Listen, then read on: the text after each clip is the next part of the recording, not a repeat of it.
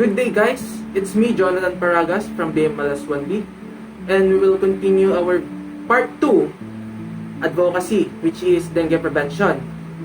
So it covers the transmission of the dengue virus, how can dengue can be transmitted to a species to the other species, and also it covers the symptoms of the dengue virus.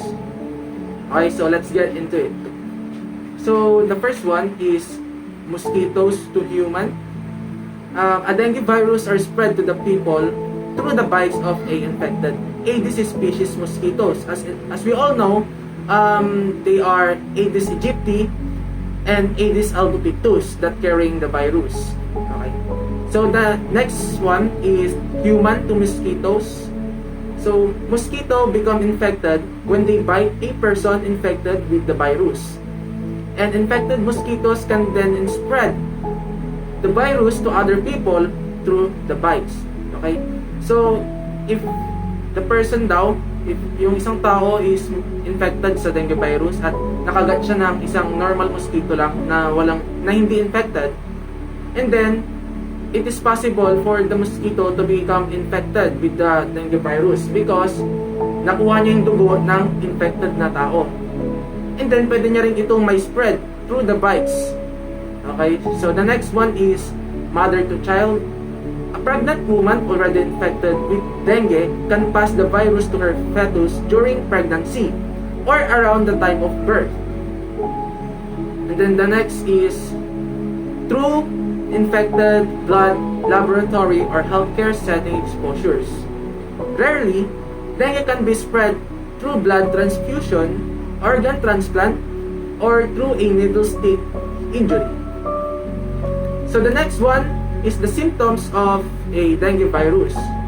Many people experience no signs or symptoms of a dengue infection, and this is also called a asymptomatic, and you cannot experience any kind of symptoms to that virus, but you have already infected with it. Okay? When symptoms do occur, they may be mistaken for other illnesses such as the flu and usually begin 4 to 10 days after you are bitten by an infected mosquito. The dengue fever causes a high fever from around 104 degrees Fahrenheit or 40 degrees Celsius, and any of the following signs and symptoms like headache, muscle, bone or joint pain, nausea, vomiting, pain behind the eyes, swollen glands, and even rashes. And most of the people recover within a week. In some cases, symptoms worsen and become life-threatening, and this is what we call a severe dengue hemorrhagic fever, or dengue shock syndrome. Severe dengue happens when your blood vessels become damaged and leaky, and the number of blood-forming cells, or what we call the platelets in your bloodstream will drop. And this can lead to shock, internal bleeding, organ failure, and even death.